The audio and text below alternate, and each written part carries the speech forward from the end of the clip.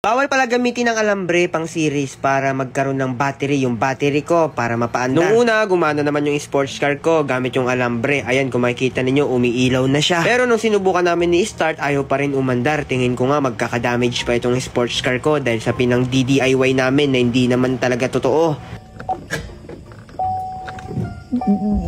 Nabibitawa mo? Hindi. Oy. Wait lang. Ano ko na lang, tagpitan ko na lang. Delikado, baka masira. Dapat tatakit ano na lang. Dapat nga kahit mga bakal-bakal na lang. Tapos yung siniris mo.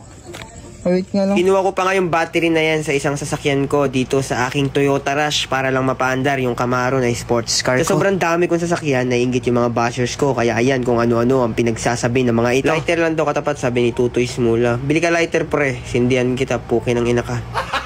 Gago! Hindi effective yung alambre kaya ang ginawa namin, dinikit na lang namin yung battery dito sa battery para umandar na. Puki ng ina, ilang buwan din kasi na-stuck itong si Bumblebee kaya naglululoko. Diin mo da, Mikey. Yan ha. Diinan mo ha.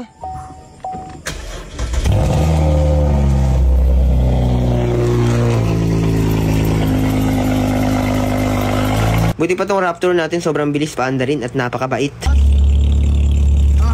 Tingin nga.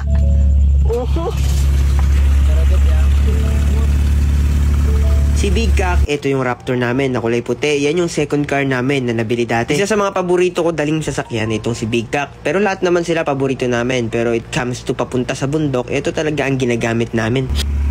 Kinabukasan, grabe na pala, sobrang dumi na ni Bumblebee, as in, yung mga dagta dumikit na doon sa salamin ng sasakyan ko. Kaya napagdesisyon na namin, nalinisan na lang si Bumblebee para hindi na magtampo. Sarap sa pakiramdam, marami kang sasakyan, pero mahirap din pa minsan kasi lahat sila hindi mo na magamit at nagkakaroon pa ng sira. Kaya nga binibenta ko na si Bumblebee ng 3 milyon para maalagaan na siya ng mabuti ng bagong magiging amo niya. Sa wakas, malinis na si Bumblebee, sana wag ka na magtampo.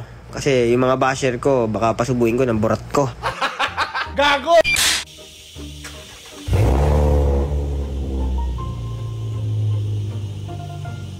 Kung gusto mo pumaldo at legal na laro ang lalaruin mo, panoorin mo yung video na ito.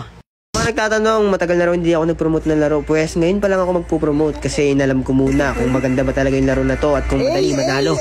Nice one. Bagang! Putang ina, 28 mil!